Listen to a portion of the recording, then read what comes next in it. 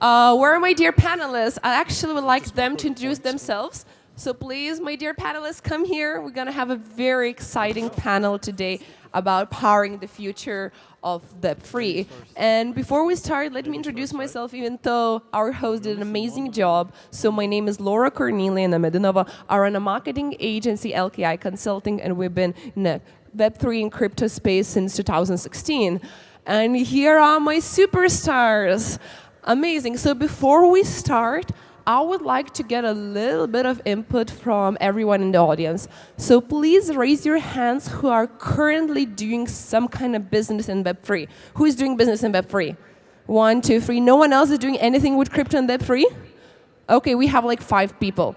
Who currently is thinking of doing something into Web3? Who is thinking into going to crypto, buying cryptocurrencies, investing in them? Please raise your hands. Who is interested in doing a businesses?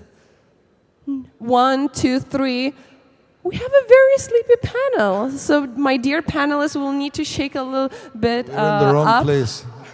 Yeah. The wrong place. In her place. Yeah. Yeah. We'll need to shake a little bit up and get our audience involved. So first, we probably need to meet who are these amazing people. So let's start with Bruno. Why don't you introduce yourself? I'll try to keep it short because we only have 20 minutes. Yes, please do.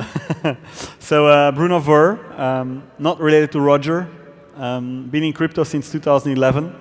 Sold my first startup back in 2011 and been on investment sides from 2012 to 19, let's say. And then last year, I founded my own startup in Web3.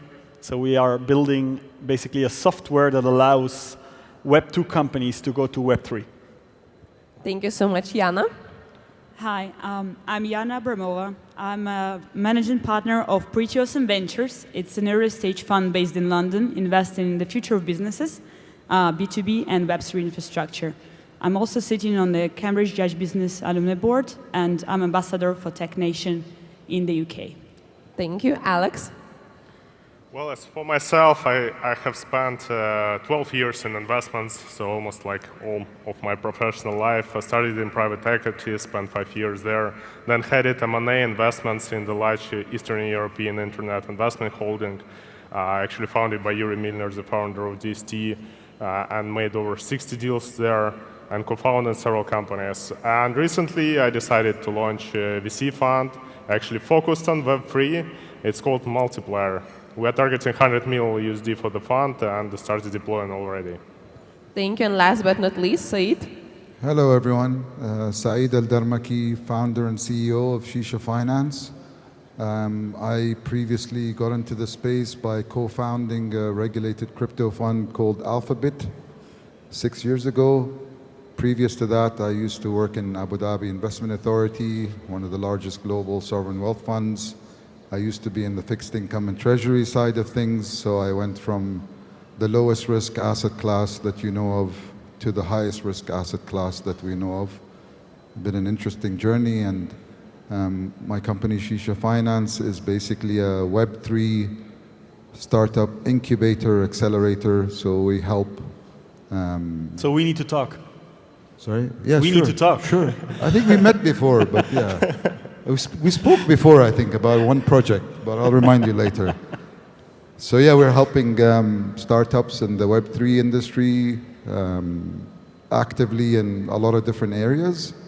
And we're very passionate about the space, and I'm personally been invested in the space for 6 years, and I actually sold all my personal assets to go into Bitcoin, and then from Bitcoin, angel invested in a lot of projects over the years and advised a lot of projects and on the board of several crypto companies and continue to be very active in the space. So we have an amazing panelist, fund managers, projects, OGs. So why don't we start this panel and open it, talk a little bit more about the role of Web3 in the global economy. What are the main challenges in the future of Web3, especially during the upcoming recession? And what kind of opportunities do we see for everyone maybe here in the audience who are still not thinking to do something in Web3? Maybe it will spark their inspiration. Bruno, what are your thoughts on that?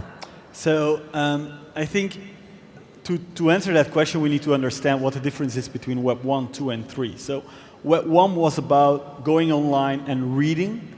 Web 2 was about going online, reading and interacting. And Web 3 is about going online, reading, interacting, but in a decentralized way. So people want to be more anonymous. Now it comes with a certain challenge because our governors, they don't really like anonymous. That's quite a challenge that is there. In terms of possibilities in Web3, well, there is a ton. I think if you're a manufacturer and if you're manufacturing electronic goods, you can benefit from the blockchain. And Web3 is all about blockchain. That's basically what Web3 is about.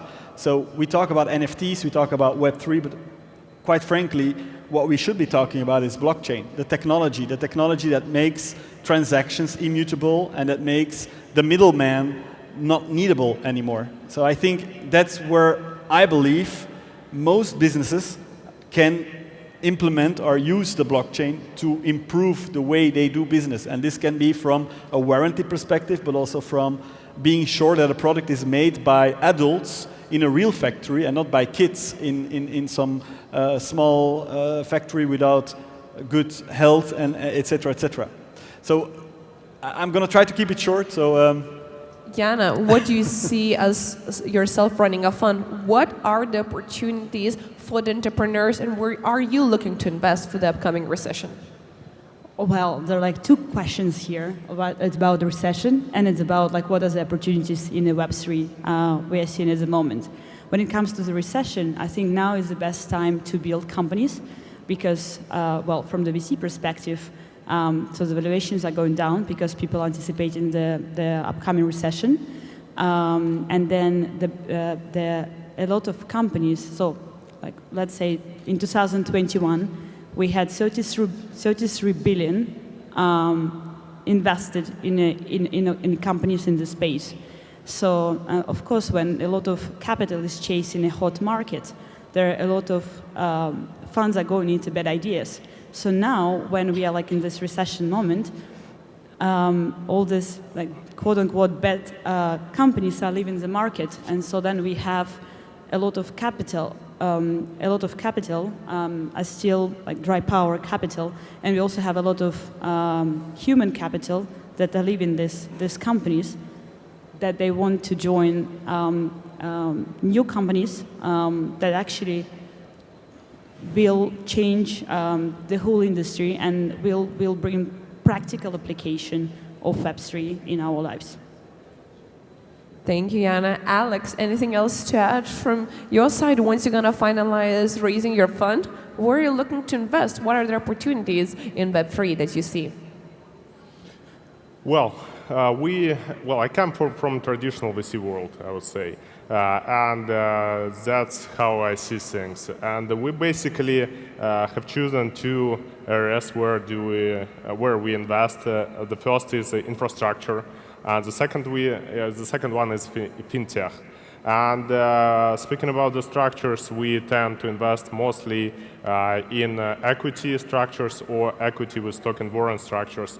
Obviously, lots of the founders, they want to raise in tokens because it's easy and fast to cash out, but I think for the current environment and for investors, it's kind of more suitable to invest in equity or in equity in token warrant, equity with token warrants, especially in the current environment. Amazing, thank you. And Said, what are your thoughts on what are the opportunities in the space? And then I want to take it further a little bit with you.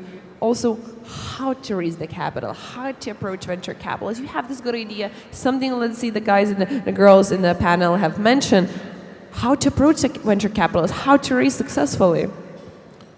First of all, I think currently across all traditional asset classes, not just crypto or Web3, it's a very challenging environment. The macro situation is really bad across the globe, and I think there's going to be more pain to follow. And if people think that this is just a temporary thing, they need to really look at economic numbers across the globe. So I think where there's challenges to people, there's also opportunities for others.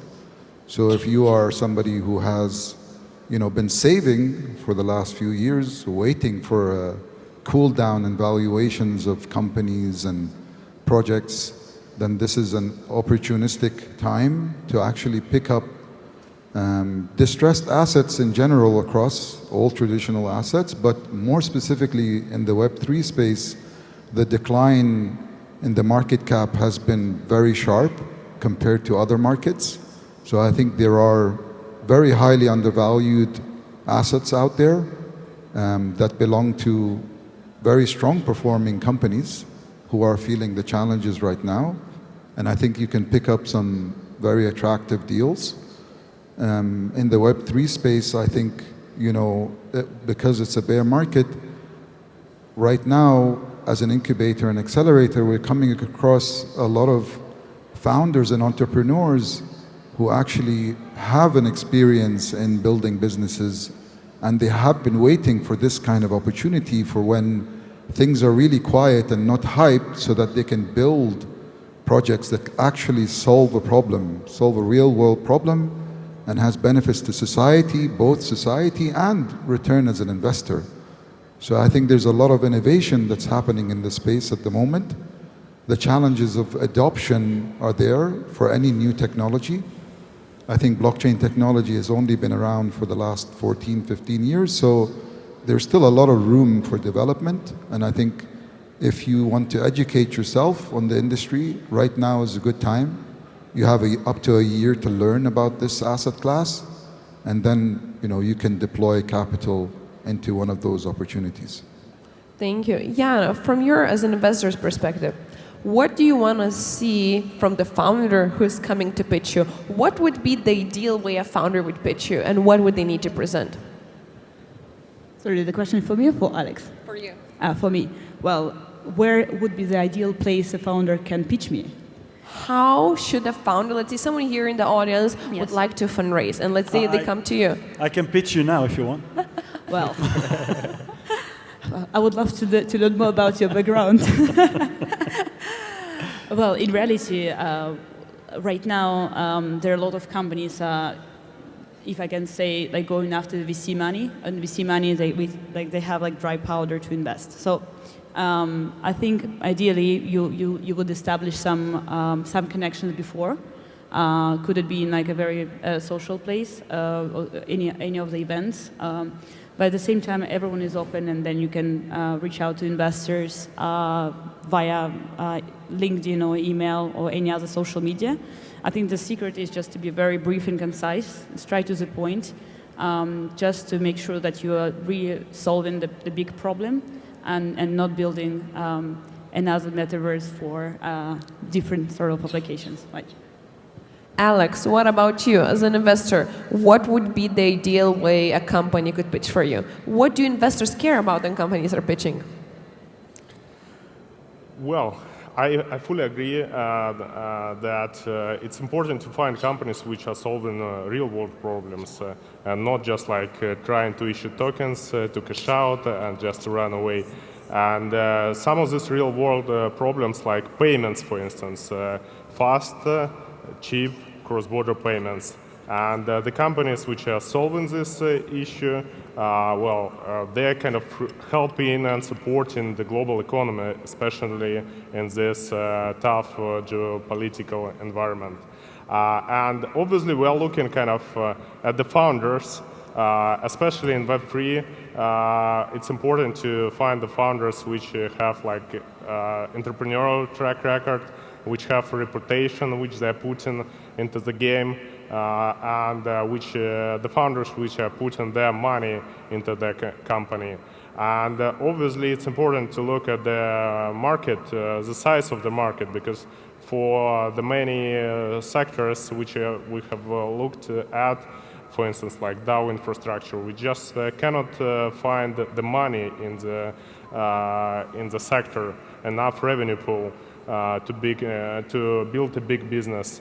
And Obviously, then kind of coming from a traditional VC world, we are looking at metrics, kind of volumes, traction, unit economics.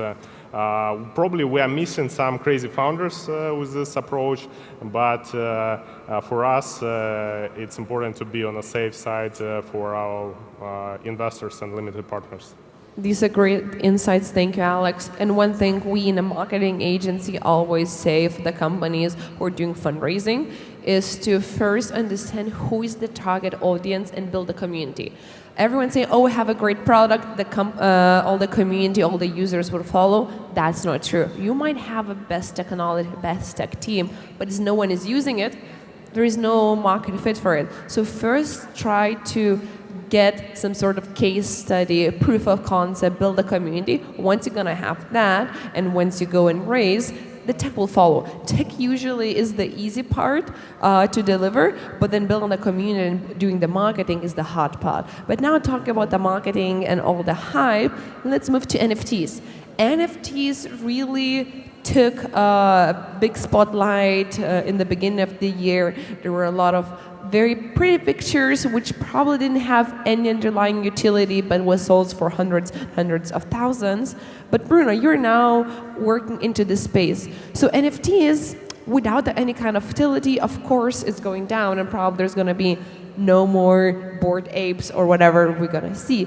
But what is the future of NFTs? What kind of utility-based NFTs are going to be still used? And maybe there is, again, something for the audience to learn and look into. What are your thoughts on that, Bruno? Well, I think NFTs are much more than digital JPEGs and GIFs. And if we don't add utility to the picture, then what's the value of the picture? Well, in some cases, hundreds of thousands. Yeah, true. Well, I would like to see in the audience, how many people are in real estate? I would assume there is a lot of people in real estate. Anybody in real estate? Not so many, you know. Raise your hand. Are you in real estate? Yeah? So imagine buying a house. You know, when you buy a house, you go visit the house, you look at the rooms, when you do a real estate project, you want to have all the information about that house or about that project.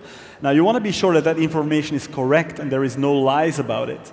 And again, there comes the blockchain technology. The blockchain technology is immutable. When a transaction is done, it cannot be reversed, and the information in the blockchain is most likely to be correct.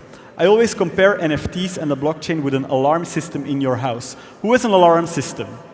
You have an alarm in your house? Nobody? Yeah, we live in Dubai, we don't need it. Anyway, an alarm system in your house, does that keep the burglar outside? No, it does not. The blockchain does exactly the same. The blockchain will not avoid fraud from happening, but it will help. It's going to be an extra layer of security when you do transactions. So to answer the question, I think the NFTs, the next step of NFTs are physical goods, phygital. We see fashion brands getting into NFTs, we see car brands getting into NFTs, and we see real estate going into NFTs. And I picture a future when you walk out of IKEA with a closet, a TV, and a couch, all these items will be NFTs. And you will have your wallet on your phone connected to your IKEA account, and everything will be there. When you have a problem, you can exchange it, you can repair it, but also for a secondary market, it's sustainable. Imagine if from now on we start selling everything through the blockchain. The blockchain doesn't lie. A manufacturer who manufactures TVs can then map a secondary market based on the availability on the secondary market and can then adjust their production. So it's also sustainable. Yeah. So as we have last 2 minutes, and I'm getting a very deaf stare from our host, last question for everyone in the panel. If you need to say one sentence why NFT is the future and why would we need to convince everyone here who didn't raise their hands to start doing something in that 3, what that one sentence would be. Sayed, why don't you go first? I think blockchain technology is the technology right now which is the biggest disruptor of one of the biggest industries in the world, which is financial services. So I think if you're involved in financial services, you should definitely have a basic understanding of what blockchain technology is. And if you don't want to be left behind as a bank or as an intermediary in the financial services sector, then you definitely need to be putting some money into the technology. Thank you, Alex. Well, a lot have been said about why Web3 is important, and I just would like to say that currently is a bear market, and in the previous bear cycles, lots of great companies were formed: FTX, Consensus, Polkadot, well, Near, and many others actually. And well, we as investors, and we as founders, and we as audience potentially entering the space shall just continue building great products. Jana? Well, I'm under pressure now, but well, I like the fact that you can tie NFTs, which is like a digital product, to actually physical product, and so you can mirror your NFTs to the physical world. That's it. And Bruno? Well, I have 3 sentences. 1999, I'm sending you an email. The person who said, I will never send an email, was wrong. 2008, add me on Facebook. The person who said, I will never use Facebook, was wrong. 2011, buy an iPhone. Throw away your BlackBerry. Who still uses BlackBerry? No one.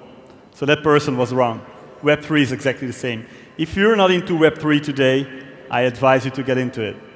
So basically, it's not about powering the future of 3. Like, Web3 is the future. The question is, are you in it or not? Thank you very much, everyone who's here in the panel. I think they deserve a big round of applause. Thank you, everyone.